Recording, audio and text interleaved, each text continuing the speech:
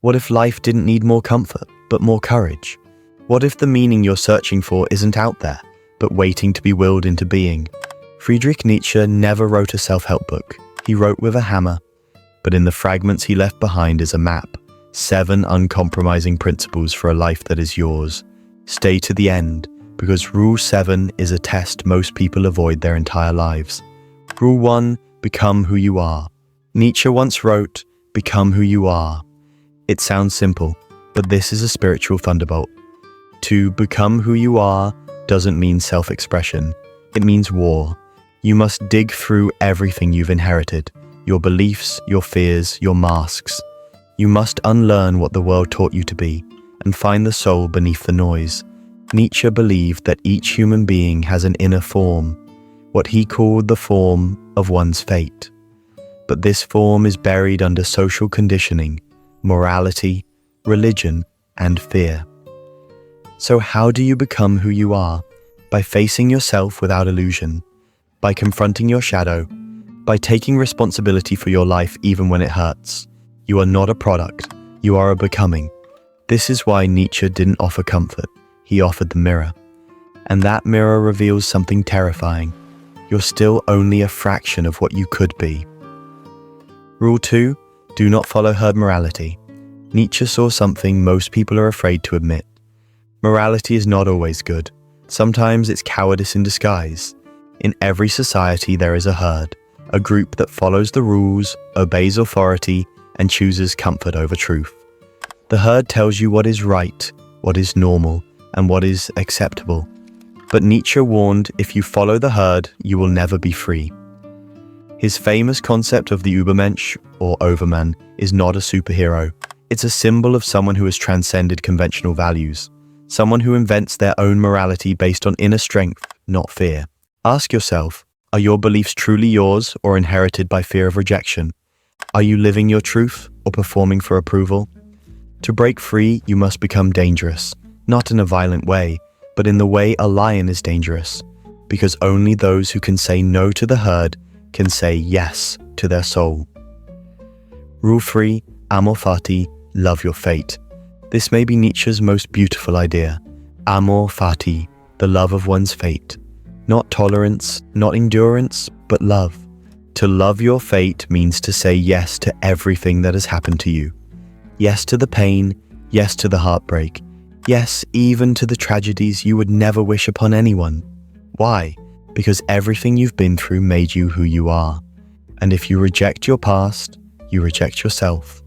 Nietzsche wrote, "My formula for greatness in a human being is amor fati, that one wants nothing to be different, not forward, not backward, not in all eternity."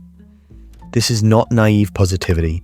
This is the warrior's mindset, to walk through fire and say, "This too belongs to me." Amor fati is not passive, it's powerful, because once you stop resisting life, you become unstoppable. Rule 4, suffering is the path to strength. Nietzsche didn't believe in happiness as a goal. He believed in greatness, and greatness, he said, requires suffering. That which does not kill me makes me stronger. This is more than a motivational quote, it's a worldview. In Nietzsche's mind, suffering was sacred, not because it feels good, but because it burns away illusions. It exposes you, it tests you, it forces you to evolve or collapse. Most people avoid suffering at all costs, but those who grow through it become something else entirely. You've seen this in your life, haven't you? After heartbreak, you loved more wisely. After loss, you cherished more deeply. After pain, you stopped lying to yourself. Nietzsche saw that pain purifies. It strips away who you were, so you can become who you are meant to be. But only if you face it directly. Not numb it, not deny it, but walk through it, like a warrior. Rule 5, live dangerously. Nietzsche didn't mean this literally. He didn't want you to jump off cliffs or fight wars. To live dangerously means to live honestly, even if it costs you everything. Most people live safely. They stay in jobs they hate, in relationships that are dead, in identities that don't belong to them. Why? Because safety feels easier than truth. But Nietzsche believed that safety is the slow death of the soul. He wrote, "For believe me, The secret for harvesting from existence the greatest fruitfulness and the greatest enjoyment is to live dangerously. To live dangerously means to follow your inner voice into the unknown, to take creative risks, to tell the truth when it's unpopular, to walk your own path even when you're alone, because only in danger do you come alive. Comfort numbs, danger awakens. This is the edge where transformation happens. So ask yourself, where are you playing it safe? What truth are you afraid to tell? What would happen if you risked being fully you? Nietzsche's answer, you would finally begin to live. Rule 6, create your own values. If you destroy the old, you must build the new. Nietzsche wasn't just a destroyer of morality, he was a creator. He believed that once you stop following the herd, you have a responsibility to invent your own code of life. But how? By becoming an artist, not of paintings, but of existence. He wrote, "We should consider every day lost on which we have not danced at least once." This is not just poetry, it's a revolution of the soul. To create your own values means to take life seriously, but playfully. It means to stop measuring yourself by what others think and start living by what makes you come alive. Ask yourself, what do you value that no one taught you? What feels sacred to you even if the world calls it useless? This is the beginning of your morality, not borrowed, not forced, but chosen. In Nietzsche's eyes, the highest human was not obedient, but original. The Übermensch is not someone who dominates others, but someone who authors themselves. Rule 7. Say yes to life. This is the final and most difficult rule. Not just to endure life, not just to survive life, but to say yes to all of it. Nietzsche believed that the highest form of existence was the eternal yes. Not to what is comfortable, but to what is real. He imagined a thought experiment. What if, after you die, you were forced to live this exact life over and over again, forever? Every joy, every mistake, every heartbreak. Would you curse your existence or bless it? This is called the eternal return. Nietzsche didn't say it was literally true. He said it's a test. Can you live in such a way that you would gladly do it all again? Not because your life is perfect, but because it's yours. Because you lived with such intensity, such honesty, such creativity, that even the suffering was worth it. This is the ultimate yes to life. To live with such depth and courage that repetition would be a blessing, not a punishment. Nietzsche's rules are not comfortable. They are not meant to soothe you. They are meant to awaken something in you that modern life tries to suppress. A fire, a hunger, a longing to live as more than just a shadow of yourself. Most people sleepwalk through life. They follow inherited values. They numb their pain. They wait to be told who they are. But Nietzsche's message is clear. No one is coming to save you. You are the storm, you are the sculptor, you are the meaning maker, and you will not find your purpose by looking outside, but by descending into yourself, by tearing off the masks, by facing the abyss, by building something sacred from the wreckage of certainty. This is not a path for everyone. It's a path for those who are willing to break, and rebuild, and break again, until what remains is no longer imitation, but truth, until what emerges is no longer a product of fear, but the raw, untamed force of a human soul that dared to live fully. But how do you implement this? How do you take Nietzsche's thunderous truths and translate them into something you can live, not just understand? Because knowledge means nothing if it doesn't change the way you walk through the world.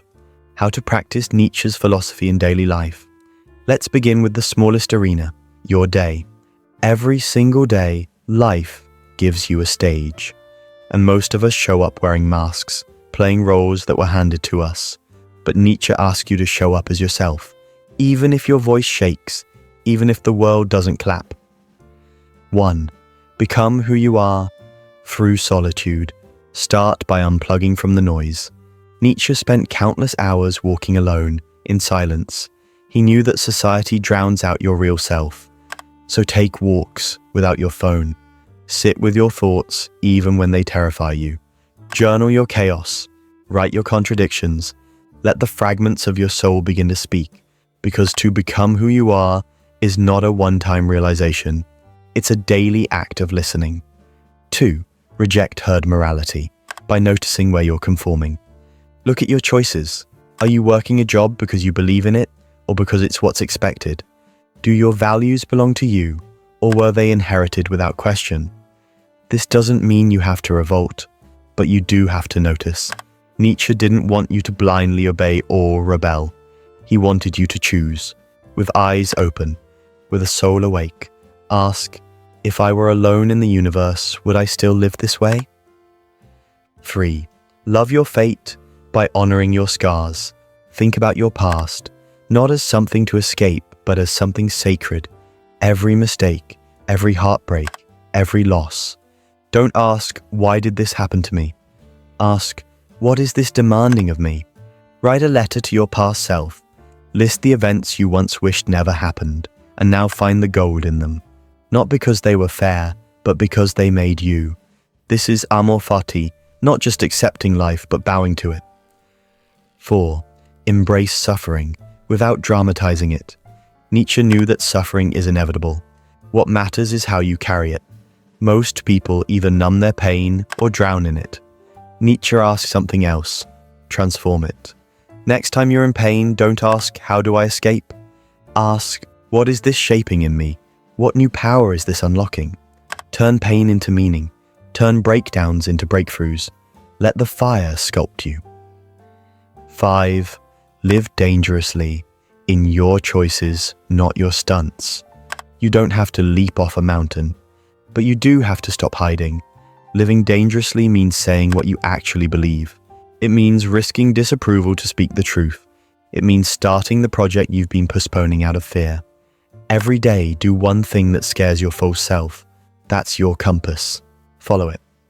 6. Create your own values and live them like rituals. Write your own code, not in stone, but in blood. What do you worship? What do you stand for when no one's watching? Build small rituals to honor that. Wake early to write if creativity is your god. Fast from distraction if depth is your value. Say no to what kills your spirit, even if it's polite. Your life becomes sacred when it's lived by design, not default. 7. Say yes to life, with your whole body. Here's the most important thing. Stop waiting for the perfect life to start living. Say yes to the chaos, to the delays, to the scars that haven't healed. Say yes to your own weirdness. Say yes to the beauty you still don't feel worthy of.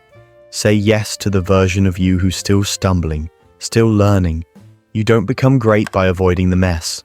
You become great by dancing inside it. That's the Nietzschean way. These are not instructions, they are invitations to become the kind of person who doesn't run from the fire, but walks through it, to be burned clean of illusions and forged into something unforgettable, not perfect, but real, alive, dangerous, and free. Nietzsche never wanted you to follow him. He said, I'm not a man, I'm dynamite. He wasn't a teacher, he was a fire starter. His goal wasn't to give you answers, it was to burn down your illusions so you could find your own. To live by Nietzsche's 7 rules is not to agree with him. It's to wrestle with life the way he did.